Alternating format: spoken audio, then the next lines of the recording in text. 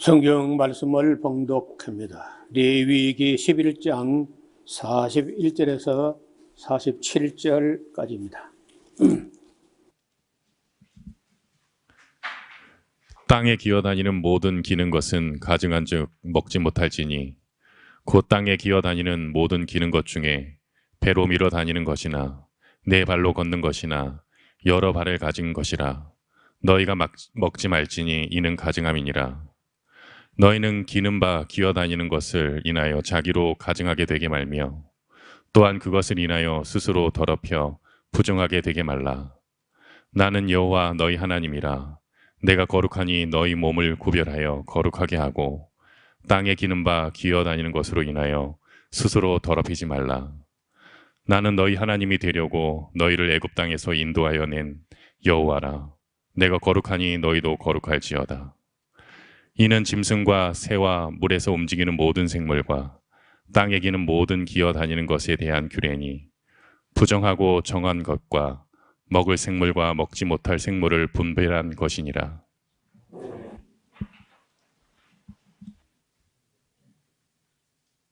네, 레위기 11장에 있는 말씀들을 대략 이렇게 정리를 해봤는데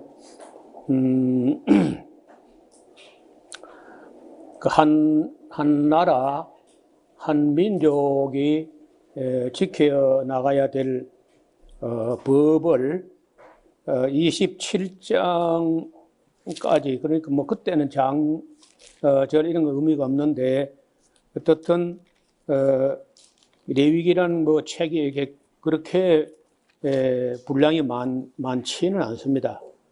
이렇게 이런 말씀, 그렇게 길지도 않은 말씀 속에 이 47절까지 한 장치고는 결코 짧지 않은 장을 할애해서 먹을 것과 먹지 못할 것을 소상하게 이렇게 기록을 하셨는데, 이걸 어째서 칼빈 같은 그런 학자가 실제적으로 음식물 규정이라고 인식을 하지 않고 종교의식적인 어떤 법이다 이렇게 인식을 했는지 정말 알다가도 모를 일이에요.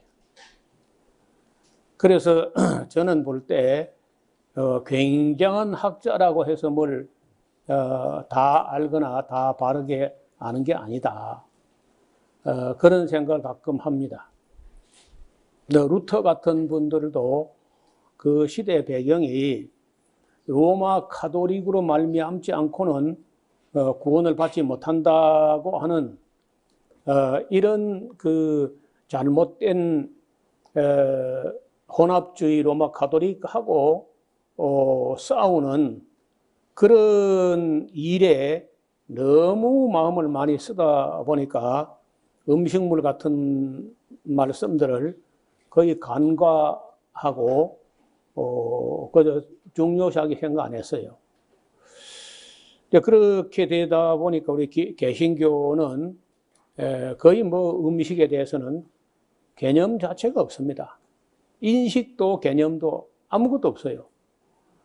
제가 이 문제를 들고 나오기까지는 우리 장로교단, 감리교, 침례교, 성결교, 오순절 할 것 없이 소위 말해서 개혁주의 교회라고 하는 데서 음식물을 가지고 언급을 하고 강조한 그런 목사는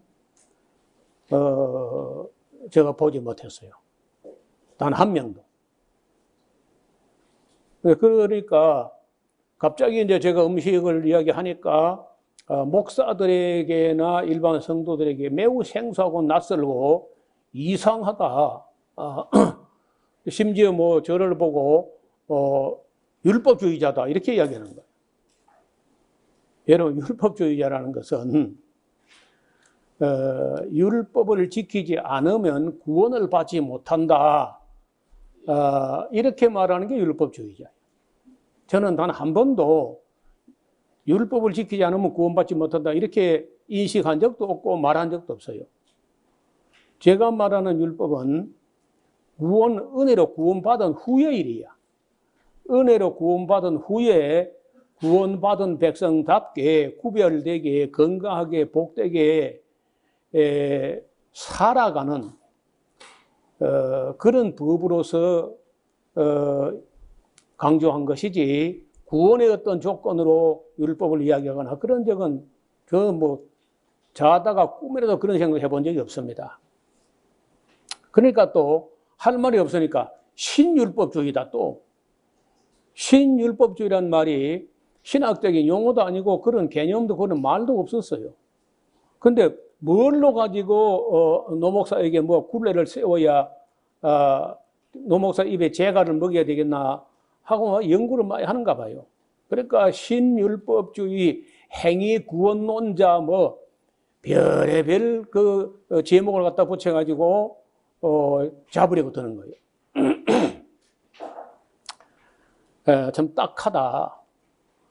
오늘 이제 우리가 이 성경의 원리가 창세기 3장 18절에 너희의 먹을 것은 밭의 식물이니 밭의 채소니 하는 말씀으로부터 우리가 채식하고 건강 그리고 이제 더 나아가서는 반대로 육식과 질병 이런 방면에 우리가 한번 보자는 거예요. 그래서 율법 이전 다시 말하면은 율법 이전은 창조 원리가 기본 원리입니다.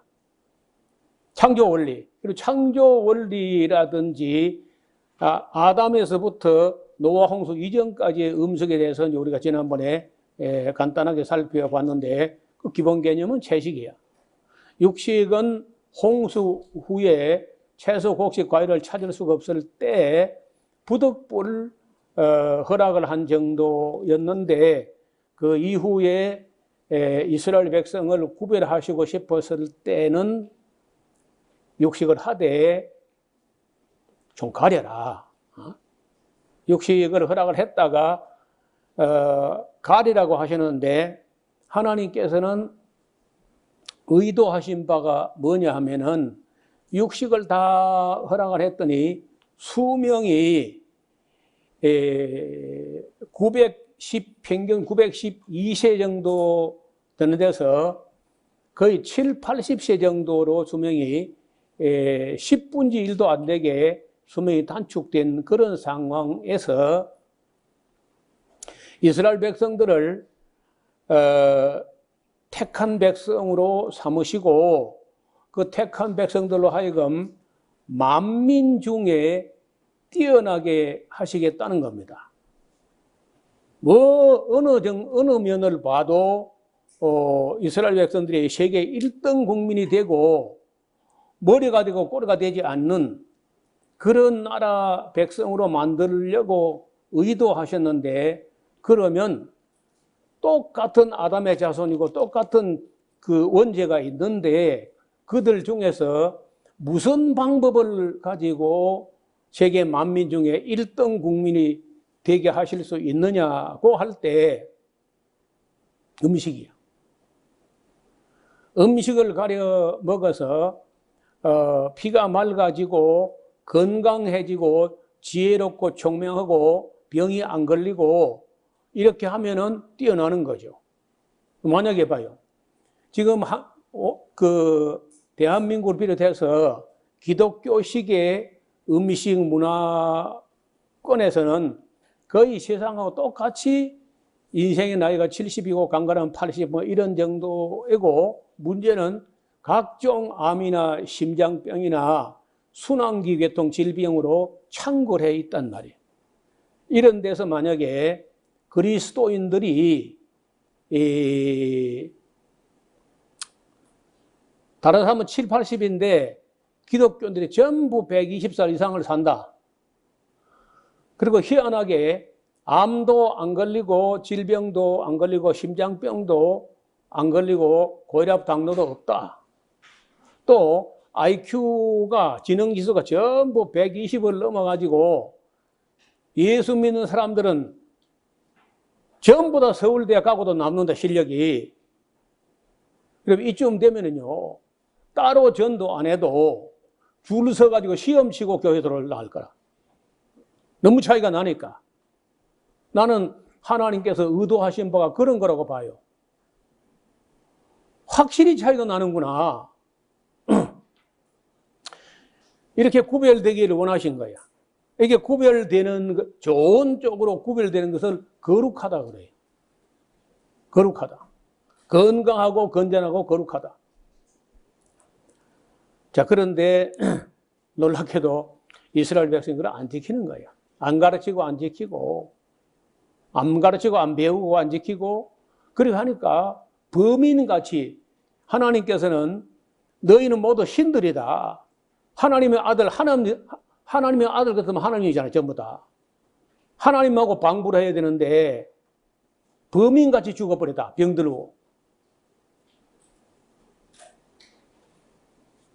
적어도 여러분, 소의 아들은 소고요, 개의 아들은 개야.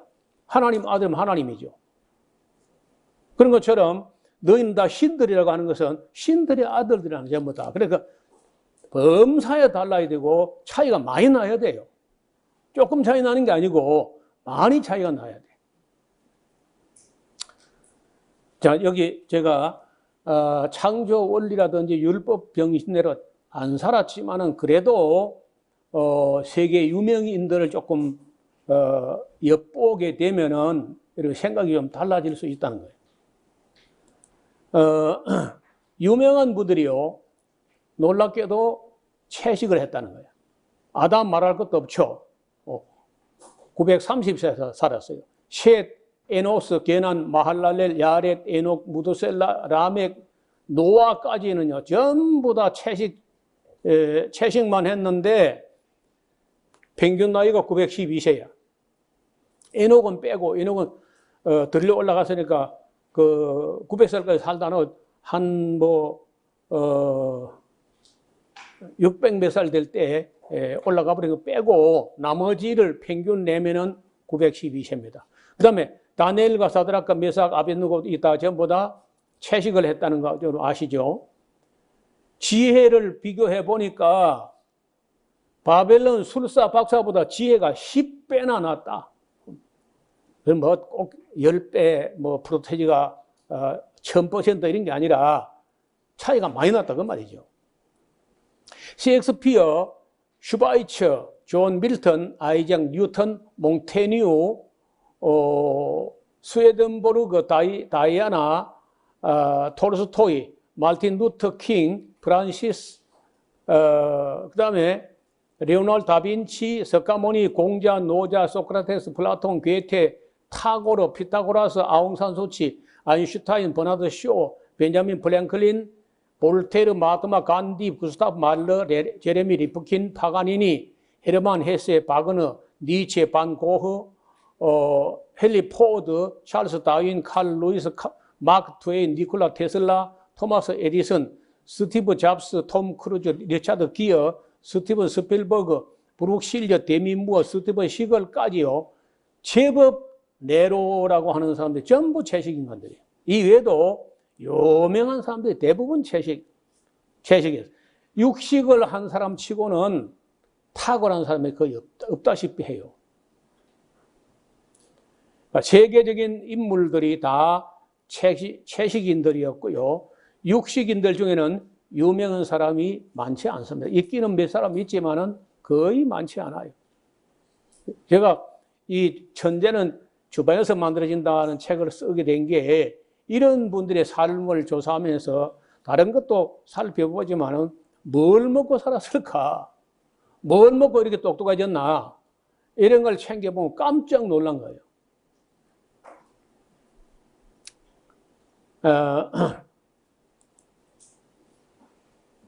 지금 문제는 뭐 천재는 고사하고 너무 빨리 죽어.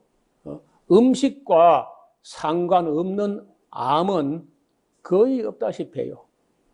폐암 하나는 음식하고는 직접 관계가 없을 수 있어요. 그래도 음식을 바르게 먹어서 피가 맑고 이 저항력이 막강하면요, 그 암세포가 생겨도 이겨낼 수 있습니다. 자, 일단 간암, 이거는 순서는 의미가 없고, 이거는 제가 그 가나다 순으로 한 겁니다. 갑상선암, 고환암, 구강암, 난소암, 담도암, 대장암, 방광암, 백혈병, 식도암, 신장암, 위암, 유방암, 임파선암, 자궁암, 전립선암, 직장암, 췌장암, 침샘암, 편도암, 폐암, 피부암, 후두암까지 이 모든 암들이 직접 간접으로 음식과 관계가 있습니다. 우리가 먹는 음식물 중에 기업체가 공장에서 대량으로 생산하여 대량 포장, 대량 유통되는 음식물과 과자류에는 600여 가지의 화학성 식품 첨가물들이 들어가고 있습니다. 그러한 첨가물들이 우리 몸에서 어떤 작용을 하게 되는지 이걸 완전히 아는 사람은 아무도 없어요. 식약처 사람들도 이거 완전히 아는 게 아니야. 한 가지만 먹었을 때에 대해서는 여러 가지 연구가 되어 있습니다.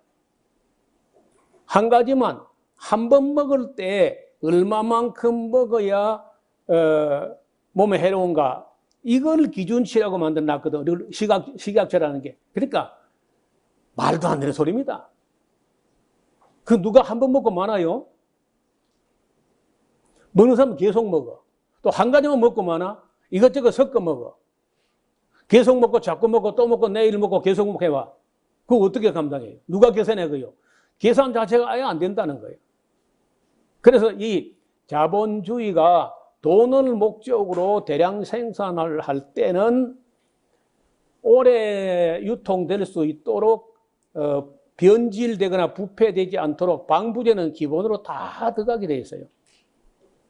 그리고 맛을 내고 빛깔을 내고 향을 내고 하는 건데 600여 가지의 화학 물질을 그렇게 집어넣는데 그걸 그렇지 한 번만 한 가지만 먹었을 때 허용치 기준치라는 말을 쓰는데 누가 한 가지만 먹는다는 보장이 있나요? 한 번만 먹는다는 보장이 있습니까? 그러니까 식약처가 만든 기준치는요 아무런 의미가 없어. 내가 볼 때는 일고의 가치가 없다는 겁니다. 그냥 안 먹어야 돼. 그냥 피해야 돼. 그냥 멀리해야 돼. 그거 먹어가면서 이거 수치가 얼마죠 따져보는 건 아무런 의미가 없어요. 자, 이러한 첨가물이 단일 품목으로 우리 건강을 위하여 허용치를 정해 놓았지만은 600여 가지의 상호작용을 통하여 일어나게 될 위험에 대해서는 아무도 연구해 보지 않았고 또 그 안정성 실험도 사람을 가지고는 할 수 없습니다. 원래가. 그래서 뭘 하느냐? 모르모트 쥐 하얀 쥐 가지고 시험한 거야. 쥐의 몸무게는 이만큼이니까 사람은 이만큼 먹어도 되겠네 비례해가지고 그걸 가지고 기준치가 만들어. 그걸 믿는다고? 저는 그런 기준치라는 것, 제가 천재는 주변에서 만들어진 책을 쓰면서 하도 어이가 없어서요. 웃음도 안 나와. 기준치란 게 얼마나 웃기는 건지. 그건 말도 안 되는 소리야. 시험한 건 쥐밖에 없어, 쥐.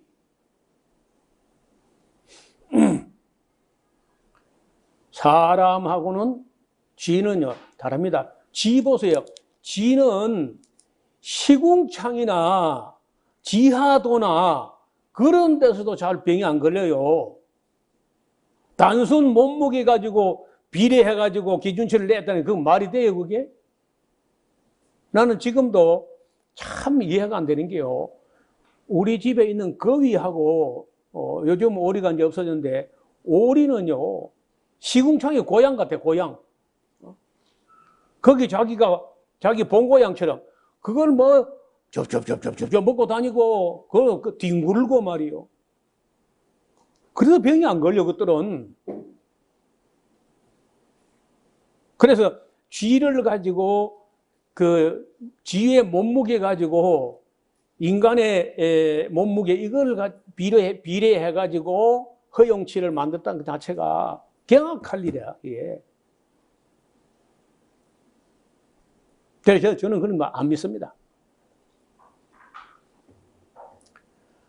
소위 전문가라는 사람들이 괜찮다고 주장했지만은 그런 사람들이 그 결과에 대해서 책임을 지느냐? 안 집니다. 기준치대로 먹었다고 병 났는데 식약처 가서 항의해봐요. 돌았나 할 거예요. 또 한 번 먹는 정도라면은 그게 뭐 기준치가 의미가 있을 수 있지만은 오늘 먹고 내일 먹고 계속 먹어봐. 이것저것 섞어 먹어봐 또. 그 누가 책임지고 누가 계산해요? 그래서 기준치, 허용치 일거에 가치가 없다는 거야. 아무런 제가 요즘은 성경 강좌를 안 하니까 전에는 매월 같이 이런 강의를 했는데 요즘은 이런 잔소리, 쓴소리 할 기회도 없죠. 여러분 이게 아침부터 죄송한데 이게요 우리 대변이 마지막으로 지나가는 대장 내시경으로 사진을 찍은 건데 자 이렇게 우리 기술이 발달했습니다. 특히 카메라를 캠코더를 대장 안에다 집어넣어 가지고 이렇게 깔끔한 사진이 나오는지 참 기술 한번 좀 대단해요. 이 대장 내시경을 발명한 사람이 일본 사람인데 일본계 미국인이야. 신야 히로미라고 하는 사람인데 레이건 대통령의 이 폴립, 레이건 대통령 장 안에 있는 이런 폴립이라는 것을 떼어낸 사람이야. 그 정도로 대장 부분에서는 그 세계 1인자라고 할 수 있어요. 1.5m나 되는 대장 내시경을 대장 전체를 다 꼬불꼬불 들어가지고 사진을 찍어내는 그런 기술이 개발된 건데, 자, 이분이, 요 봐요. 요 위에 두 개는 지극히 정상적인 대장이고 깔끔하고 깨끗해. 반면에 여기는 이제 아주 대장 내시경으로 조기 진단을 받아보라고 40살 이상 된 사람은 1년에 한 번은 받아보라고 60이 된 사람은 1년에 2번 받아보라고 이제 하는 게 요럴 때 정도에 빨리 발견해가지고 떼내버리면은 정말 위험 없이 쉽게 나을 수 있습니다. 오전에 수술받고 오후에 태어날 수도 있어요. 하룻밤 자고 나거나 뭐 그 정도는 퇴원도 돼. 그정 간단해. 그런데 이렇게 이제 용종들이 막 두들두들하게 수를 헤아릴 수 없이 막 이렇게 나오면 이게 곤란해요. 이거는 뭐 낱낱이 제거한다는 게 어려워요. 많이 있는 이런 부분은 대장을 통째로 막 이게 잘라내고 이렇게 해야 된다는 거예요. 놀랍게도 개고기하고 돼지고기를 안 먹는 민족, 안 먹는 나라 사람들은 이런 대장암이 거의 존재하지 않습니다. 아예. 나중에 제가 그 세계적으로 그 많이 빈도가 높은 나라, 낮은 나라를 비교한 지도를 보여드리겠습니다. 이거는 제가 볼 때는 삼겹살 암이라. 대장, 그리고 뭐 췌장암이나 담도암이나 이런 거는 굉장히 위험한 암이라고 인식을 하고 있고, 대장은 뭐 길다라니까 뭐 좀 잘라도 괜찮다. 대부분의 인식은 그렇게 돼 있는데 사실은 그렇지 않습니다. 대장암은 굉장히 위험한 암이야. 대장암은 대장에서만 머물지 않고 대장암은 대부분 간 문맥을 통해 가지고 간으로 전이합니다. 대장암 다음 단계 간으로 전이하고 또 간에서 정착하는 게 아니라 간에서 반드시 폐로 올라갑니다. 폐로 올라간 다음에 끝나는 거 뇌에까지 올라가는 그런 성질을 갖고 있는 암이 대장암이에요. 이런 의사들은 거의 대부분 알고 있는 사실입니다. 그래서 대장암이라고 해가지고 우습게 여기거나 별로 위험하지 않다는 그 생각이 위험해. 그런데 이게 채식주의에게는 뭐 거의 없는 암이고, 채식주의가 아니라도 개고기, 돼지고기만 안 먹어도 이 암은 거의 잘 발생이 안 돼요. 근데 여러분, 온 세계에서 개고기하고 돼지고기 두 가지 합해가지고 제일 빈번하게 먹는 나라가 어디냐? 어디 같아요? 응? 미국? 아시는 말씀 하시나 마시나라. 한국이라 한국. 다른 나라 사람들은요, 돼지고기는 혹 먹어도 개고기 잘 안 먹습니다. 개고기, 돼지고기 두 가지를 다 잘 먹는 나라가 한국이거든. 그러니까 대장암이 한국이 1위입니다. 그것도 2위하고 차이가 많이 나는 1위야. 10만 명 중에 45명이 발생하기 때문에 세계에서 1위라는 거예요. 그것도 몇 년째 1위야, 몇 년째.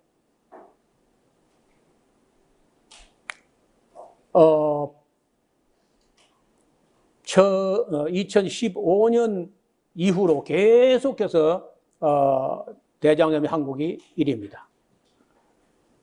위암도 한국이 1위입니다. 세계적으로.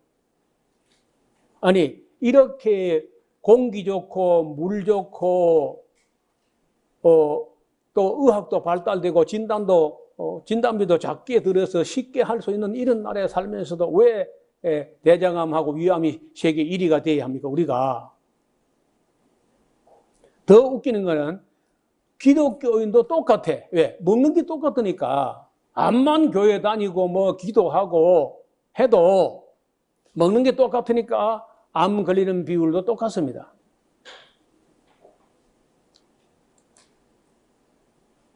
여기 암이 이제 이렇게 자꾸 대장 안을 채워 가득 차게 되면요, 문제는 그 음식물이 대변이 내려갈 수가 없어요. 내려가지 못하면 어떻게 하냐? 장 안에다가 스텐트를 해요. 이 스테인리스로 된 스프링을 집어넣어가지고 대변이 내려가는 구멍을 넓힙니다. 넓혀. 그러면 어떤 변은 어떻게 내려가지만 내려갈 때마다 피가 나고 고통이 오는데, 고기 먹을 때 좋을지 몰라도 삶의 질이 많이 떨어진다는 거예요. 이거 오래 못 삽니다. 이런 식으로 이 결장암이 간으로 전이되어 올라가는 거예요. 여러분, 장 안이 이리 염증에 고름으로 뒤덮이고 대변이 내려오면 고름과 피가 함께 나오고 이렇게 하면 이게 기분 좋겠나, 이게. 굉장히 위험한 거야. 암 중에 세상에 뭐 좋은 암이 없지만은 대변 볼 때마다 고통이 오는데, 그 대변 볼 때만 아프냐? 그냥 아프다는 거야. 속이 안 편하네. 그래도 나는 암 걸릴 때 걸리더라도 난 개고기, 돼지고기 그 맛있는 삼겹살을 어떻게 포기하고 먹겠다면 누가 말릴 수 있습니까? 따라다니면서 말릴 수도 없고, 또 그거 먹었다고 지옥 가는 건 아니야. 문제는 이렇게 그 병이 걸리면은 일을 못 해요. 그리고 삶의 기쁨이 다 사라져 버려.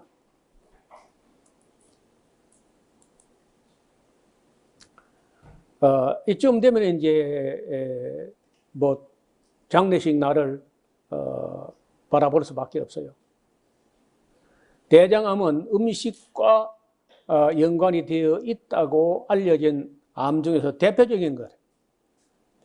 우리가 가끔 이 TV의 뉴스 중에 암이 많다는 것 때문에 앵커가 말하기를 식생활의 서구화로 말미암아서 대장암이 빠르게 증가하고 있다. 꼭 아나운서가 이렇게 말해요.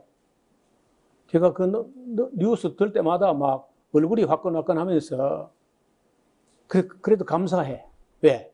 그 아나운서가 식생활에 기독교화로 말미암아서 안 캐서 다행이다. 서구화로 말미암아, 서구가 기독교화지. 맞아요? 서구 문화가 기독교 문화인데 아나운서가 기독교화라고 안 해서 참 감사한 거라.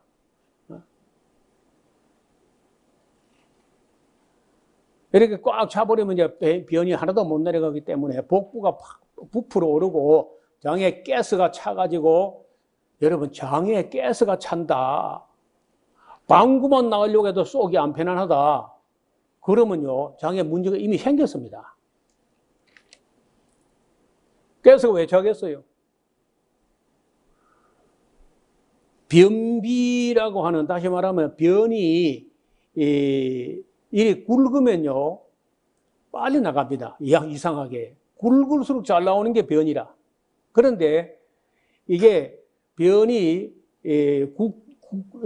양이 많지도 않고 굵지 않고 해가지고 변이 가늘은 게 자꾸 이렇게 뭉쳐가지고 단단하게 장 안에서 변이 굳어가지고 무르지 않고 굳어가지고 그게 막혀가지고 가스가 차요. 굉장히 불편합니다. 그런 경우도 있지만은, 암이 가득 차가지고 가스가 차면은, 그건 변하고 또 다르잖아요.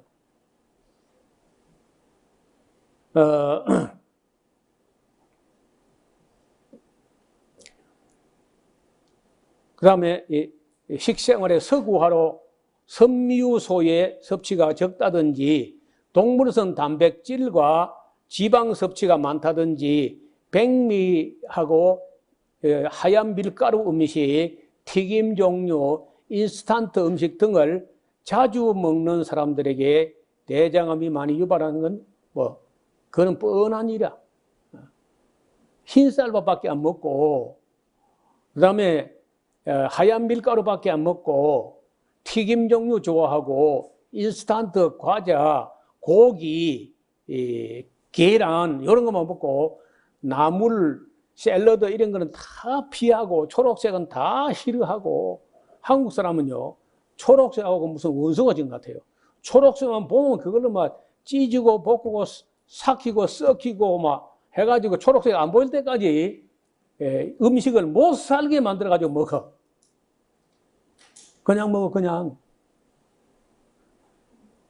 제일 좋은 음식이 밭에서 그냥 뽑아가지고, 어떤 거는 삶아야 되는 것도 있지만 대부분은 그냥 샐러드가 제일 좋습니다. 샐러드로. 나중에 이제 이 삶는 문제 이야기를 또 조금 할 텐데, 샐러드가 제일 좋은 음식이에요.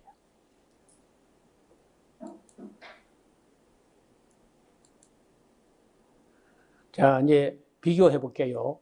대장암 발병률, WHO 산하 국제암연구소에서 2012년 기준으로 볼 때 벌써 한국이 1위였습니다. 1위. 근데 지금 올해가 2022년이래. 10년 동안 불변의 일입니다. 대장암이 10년 동안. 자, 보세요. 호주, 노르웨이, 체코, 네덜란드, 덴마크, 헝가리, 슬로바키아. 놀랍게도 몽땅 기독교 나라입니다. 한국은 기독교 나라가 아닌데 먹는 음식 문화가 완전히 기독교 나라고 판박이야. 근데 기독교 나라 판박인데다가 개고기 하나 더 먹어. 그 정도인데 한국이 1위야. 그리고 삼겹살이라고 하는 것은 돼지고기 먹는 나라 중에서도 한국만 삼겹살 먹잖아요. 딴 나라는 그러니까 중국 사람들이 돼지고기 먹는데, 중국 사람들 돼지고기는 야채를 워낙 많이 먹는데 야채 그 자체로는 맛대가리가 없어요, 별로. 그러니까 그 야채 요리를 할 때 조미료처럼 고기를 다져 넣거나 채 썰어 가지고 야채 속에 조미료처럼 고기를 조금 넣어서 먹습니다. 우리처럼 삼겹살을 막 불에다가 마구 구워 먹는 그런 일은 전 세계적으로 많지 않다는 거예요. 어떻든 한국의 대장암이 1위라, 1위. 심각한 문제죠. 자, 그 다음에 이제 이거는 더 끔찍한 일인데, 대장암이 전부 염증으로 다 덮이는데, 이거는 대장만 아니고, 입안 점막부터 식도 점막, 위 점막, 소장, 대장 점막, 항문까지 점막이라는 점막은 전부 다 염증으로 뒤덮이는 겁니다. 이걸 크론시병이라 그래요. 크론시병. 그런데 이게 지금 한국에서 상당히 빠르게 증가하고 있어요. 이거는 현대의학으로는 치료하는 길이 전혀 없습니다. 수술도 안 돼. 입안부터 항문까지 다 흐르는데 뭐 어떻게 수술해요? 하나의 자가 면역 질환인데 우리 몸에는요, 우리 몸에는 없어서는 안 될 대장균부터 수많은 세균들이 우리 입안에 있는 세균 수만 해도 아무리 양치질 해도 말이에요. 세균 수만 해도 우리 몸 세포 전체 수만큼 돼요. 그만큼 많아. 그런데 그 세균들이 어떤 세균은 우리 몸에 없어서는 안 되는 세균도 많이 있어요. 근데 그것들이 전부 다 유익하던 것들이 우리 몸 안에 있는 저항력하고 싸움이 벌어집니다. 대장균하고 우리 몸에 있는 항체하고 싸움이 벌어지고 아군끼리 싸우는 거예요. 그러니까 우리나라 같으면 경찰하고 군인이 싸우는 겁니다. 여러분, 우리나라 안에서 경찰하고 군인이 싸우면 어찌 될까요? 그런 상태를 자가 면역 질환이라는 거예요. 그러면 급속히 망가져요. 그래서 이걸 약으로 안 돼요. 약을 쓰면은, 약이란 게 뭐 항생물질인데 그러면 더 빨리 망가져요. 그래, 이제, 어떤 분이 이 크론시 병을 치료하는, 법이 어떤, 원리가 있다는 거예요. 그 약이 아니고 식습관인데 하루에 음식을 3끼 먹으면 절대 안 나, 무슨 별짓 다 해도 안 났습니다. 그 어떻게 하면 나느냐? 2끼를 먹어요, 2끼. 2끼를 먹는데 어떻게 하느냐? 아침하고 점심만 먹는 거야. 아침하고 점심은 매우 건전한 식사, 물론 뭐, 고기, 인스턴트, 과자, 이거 먹으면 안 되고, 정상적인, 레위기에 있는 그런 식품 원리를 따라서 정상적인 식사를 아침과 점심은 먹고, 점심 먹고 나서는 그 이튿 아침 먹을 때까지 최소 16시간 이상을 속을 비워주는 겁니다. 이 장 안에 고장난 부위가 스스로 치유할 수 있는 공간을, 시간적 공백을 주는 거야. 음식물이 없는 기간을 늘려줘. 16시간 이상. 이렇게, 그러니까 2끼를 앞으로 아침, 점심 먹고, 그다음부터는 물은 마시되 일절 다른 음식을 먹지 않는 그 방법으로 하면은 빠르면 2달, 길어도 3달 안에 이게 치유가 된다는 거예요. 지금까지 이 크론시 병을 치료했다는 그런 사례는 방금 제가 말씀드린 이 방법 외에는 방법이 없습니다. 지구상에 있는 의사가 다 와도 안 돼요. 혹 주변에 이런 분이 있다면은 저한테 연락을 하라 그래요. 자, 음식을 가지고 예방은 이제 기본이 예방인데 병이 나버렸어. 그러면 치료도 해야 되잖아요. 치료할 때 약이 도움이 된다면 약을 씁시다. 저는 약을 절대 안 된다 이렇게 말하지 않습니다. 성경에도 약이란 말이 나와요. 기도만 하고 약을 안 쓴다. 그것도 미신이야, 미신. 기도 미신. 성경에도 보면요, 기도만 한 게 아니고, 약도 쓰라는 겁니다. 약도 하나님 내신 거예요. 그런데 약만 가지고는 안 되는 수가 많아요. 그래서 음식과 약을 병행을 하는데 음식만 가지고도요, 여기 봐요. 음식만으로 아토피 말기 환자가 고쳐진다는 거예요. 이제 사진을 볼 텐데, 난 지 1년밖에 안 돼서부터 몸에서 태열이라 그러면서 온 몸에 종기가 나고 부스럼이 나. 온 몸이. 발진이 생기는 거예요. 난 지 1년. 소위 말해서 아토피성 피부병이 초등학교 6학년 때까지라면은 6학년이 몇 살이죠? 13살인가요? 맞아요? 그러니까. 그러면 12년 동안 낫지는 않고 계속 더해. 그 아토피가요, 꼭 보면은 어디서부터 하느냐. 이 팔 구부러진 안쪽, 요 안쪽. 팔 오금하고 다리 오금 참 여기 뭐 걸리면 잘 안 낫거든요. 가려운데 피가 나도 그랬습니다. 제가 그걸 걸려봤거든, 아토피를. 피가 나도 안 돼. 그리고 이제 사타구니, 겨드랑이 이렇게 이제 정말 골치 아픈데 걸려가지고, 사람을 못 살게 해요. 세상에는 약을 다 써도 효과가 없었지만은 노우호 목사의 음식물 처방으로 5개월 만에 흔적도 없이 치유가 됐어요. 이 방법은 의외로 간단합니다. 뭘 먹지 마라, 뭘 먹지, 이 끝도 없어. 그러고 안 돼. 뭘 먹지 마라, 뭘 먹지 마라. 이렇게 해가지고는 이거는 뭐 끝도 없이 안 되고, 네거티브가 아니고 포지티브를 하자고. 뭐, 어떻게 하느냐.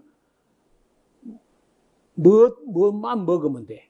딴 거 먹지 말고. 그러니까 먹는 걸 제한하고, 안 먹는 거는 무한대니까 그건 말할 필요가 없고, 말할 수도 없고, 어떻게 먹느냐. 현재 채소, 기본이 채소야. 창조 원리, 너희 먹을 것은 밭의 채소이니 창세기 3장 18절. 그 다음에 곡식. 곡식은 가능하면은 현미, 통밀, 그 다음에 과일, 그리고, 그러니까 기본이 채소, 곡식, 과일이야.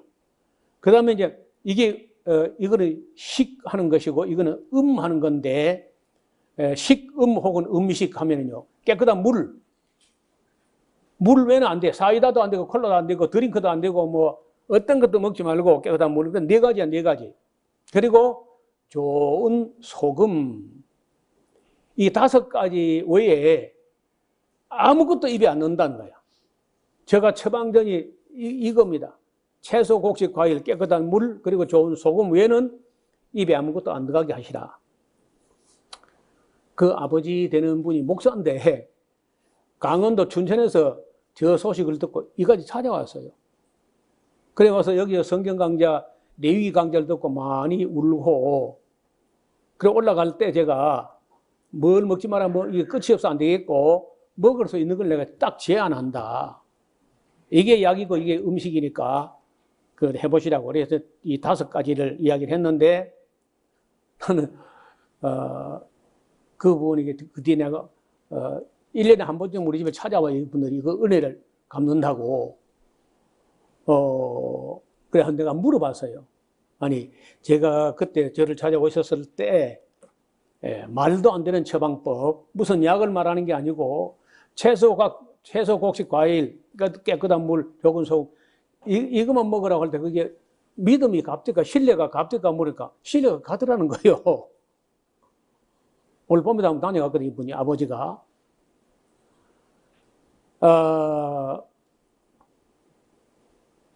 그 지긋지긋한 아토피성 피부병이 흔적도 없이 사라지게 되고 가려움증에서 시달려 잠을 자지 못하던 학생이 단잠을 자게 되어서 하나님께 감사하면서 자원해서 자기가 그 아토피 심할 때 찍은 사진이 있어요. 여러분 아토피가 아까 얘기했죠.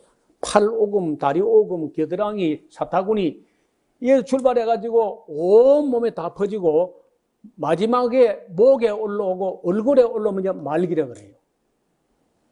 그 이상하게 얼굴에는 그래도 맨 나중에 올라오는데 얼굴에까지 올라오면 말기인데 얼굴에까지 올라온 사진이 있는데 어느 정도로 흉악하냐. 그 몸을 엄마가 보면은, 목사님 사모님이 엄마인데, 엄마가 보면은 졸도하신다는 거야. 이 여자아이가 엄마 졸도한다고 그 몸을 안 보여줘요. 목욕탕 들어가서 혼자 문 걸어 잠그고, 목욕하고 안 보여주는 거야. 한여름에도 목에까지 오는 티셔츠를 입고, 이렇게 지내던 그런 딸아이가 5개월 만에, 5개월도 짧은 기간이 아니죠. 5개월 동안 나는 생각할 때 5개월 동안 그 식생활만 가지고 해보면서 중간에 자꾸 믿음이 흔들리고 불안하고 막 낙심되고 안 했을까? 여러분 5개월 동안 하루 먹어도 아무 효과 없고 이틀 먹어도 아무 효과 없고 사흘 먹어도 일주일 먹어도 열흘 먹어도 아무 효과 없고 한데 그 5개월까지 해봤다는 거죠. 근데 사진 찍은 건 5개월 만에 찍은 거지만은 제가 볼 때 5개월 아니고 열흘만 먹어도 표가 납니다. 안 먹을 걸 안 먹고 꼭 필요한 걸 열흘만 먹어도 확실히 효과 난다고요. 그러니까 이제 5개월까지 갔겠지. 제일 본인이 힘들지만은 두 번째가 엄마야, 엄마. 어머니가 아이가 가려워서 잠을 못 이루기 때문에 선풍기를 틀어놓고 부채질 하면서 가려워서 건지려고 하면 긁으면 또 안 되니까 거기다 손을 때려가면서 부채질 해가 때리고 부채질 하는데 잠이 어떻게 해야 아이가 어떻든 잠을 이루도록 해야 되니까요. 그 잠드는 걸 보고 엄마가 잠들었다가 또 목사님 사모님 또 4시 반만 되면 이래서 또 새벽 기도 가야 돼. 그러니까 어머니도 할 짓이 아니죠. 그걸 10몇 년간이라 13년간이나 말이에요. 이분들이 제가 처방한 것 때문에 인생이 고침을 받았다고 생각하고 꼭 해마다 찾아오고 싶어 하고 못 올 때는요. 그 춘천 가평 그쪽에는 자서를 이렇게 캔에 들어있는 걸 꼭 2통, 3통 해가지고 선물로 보내오고 그래요. 그 은혜를 잊어버리지 않겠다는 겁니다.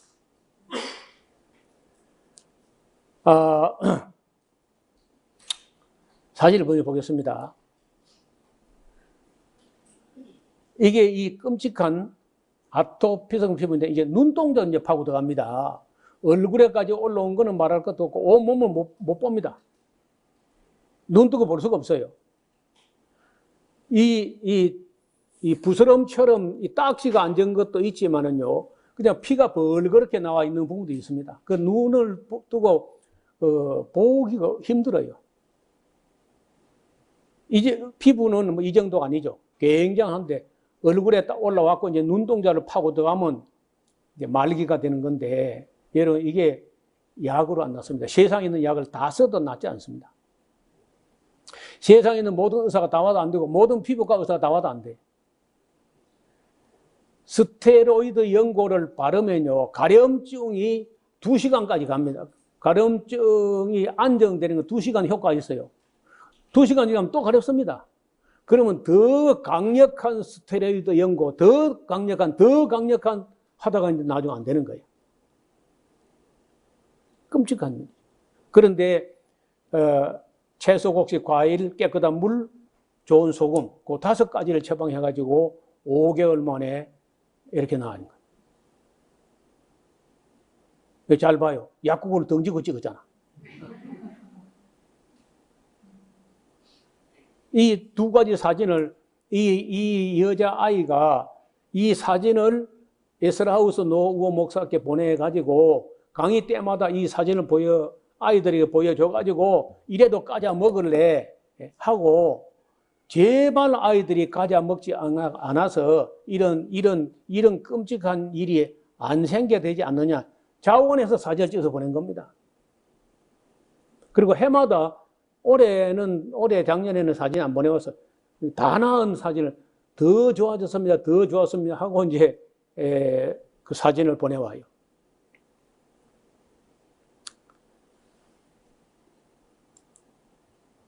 자, 그 다음에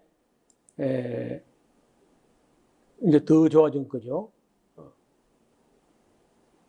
얼마나 그 아버지가 이 자연치유법에 대해서 감동을 받았는지 예배당 안 내부 마감재를요, 가무비 나무라고 하는 전나무과에 속하는 최고급 나무로 내장을 싹 바꿨어요. 그 춘천에 있는 호숫가에 자그마한 그런 교회입니다. 이 사람 좀 더 심하죠? 이 사람은 20년을 알았다는데, 그것도 역시 눈동자를 파고도 하는 거예요. 여기도, 채식을 해가지고, 이건 또 더 빨리 나왔어요. 3개월 만에 나와버렸는데, 이렇게 나왔어요. 이게 무슨 사진이냐면요, 이렇게 돼 있을 때는 공중 목욕탕을 못 갑니다. 악성 피부병 질환자로 해가지고 탕에 못 들어가게 하는 거예요. 옷도 못 벗고.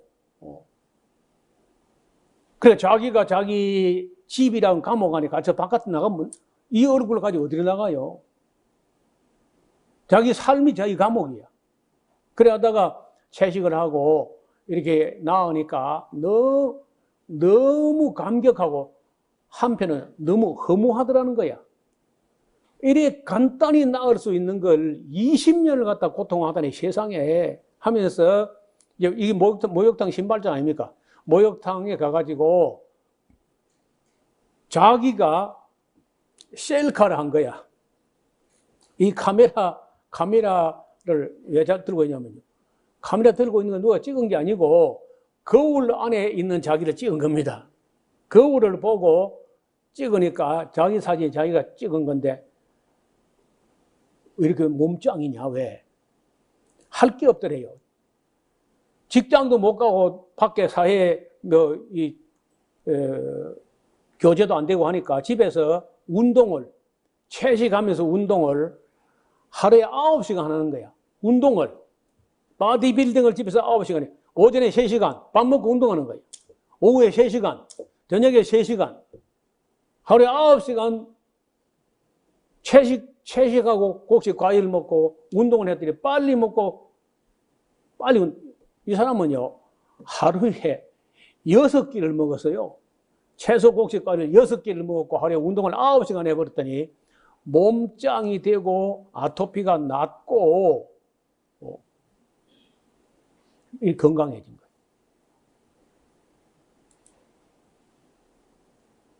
자, 이 이야기를 이 다음 시간에 또 한 번 더 해야 되겠는데, 지금은요, 이게 지금 언제적 이야기냐, 87년도니까 지금 몇 년 된 거예요? 87년도?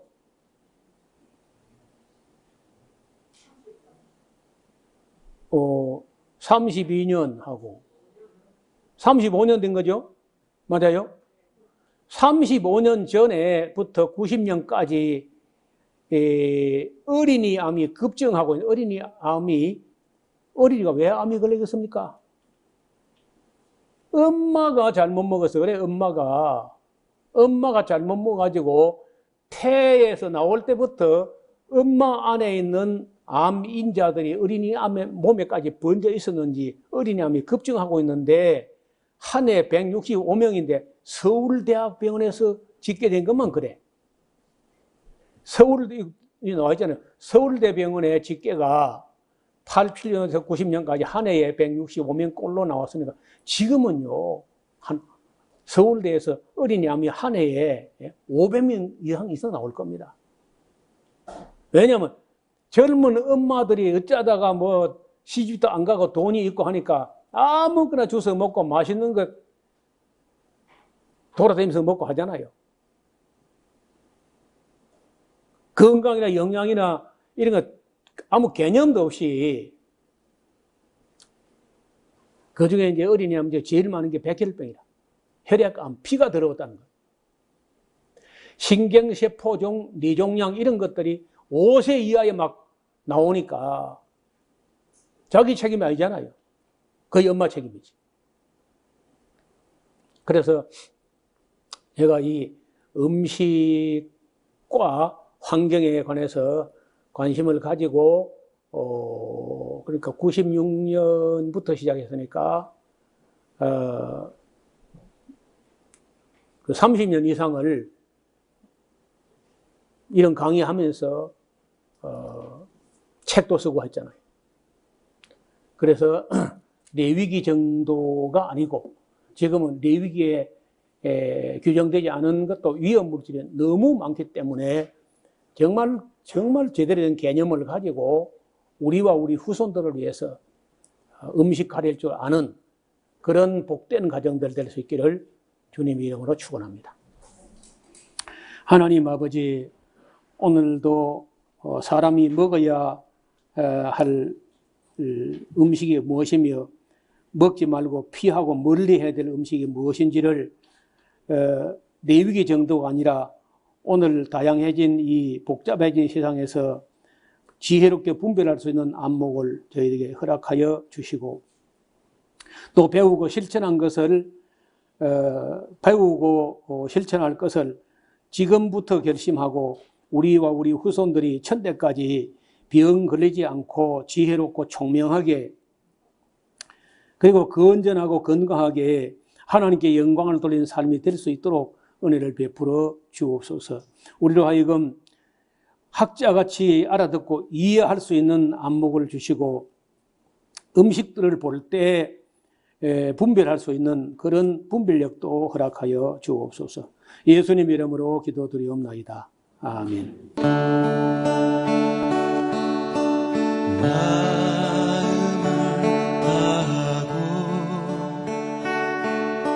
성품을 다하고 힘을 다하여서 여호와를 사랑하라. 내게 준 계명을 마음에 새기고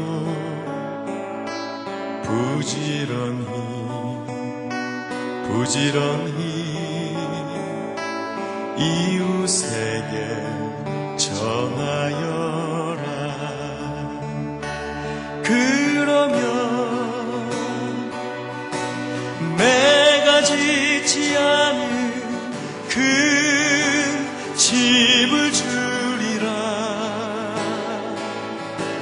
내가 심지 않은 과실을 먹게 하리라.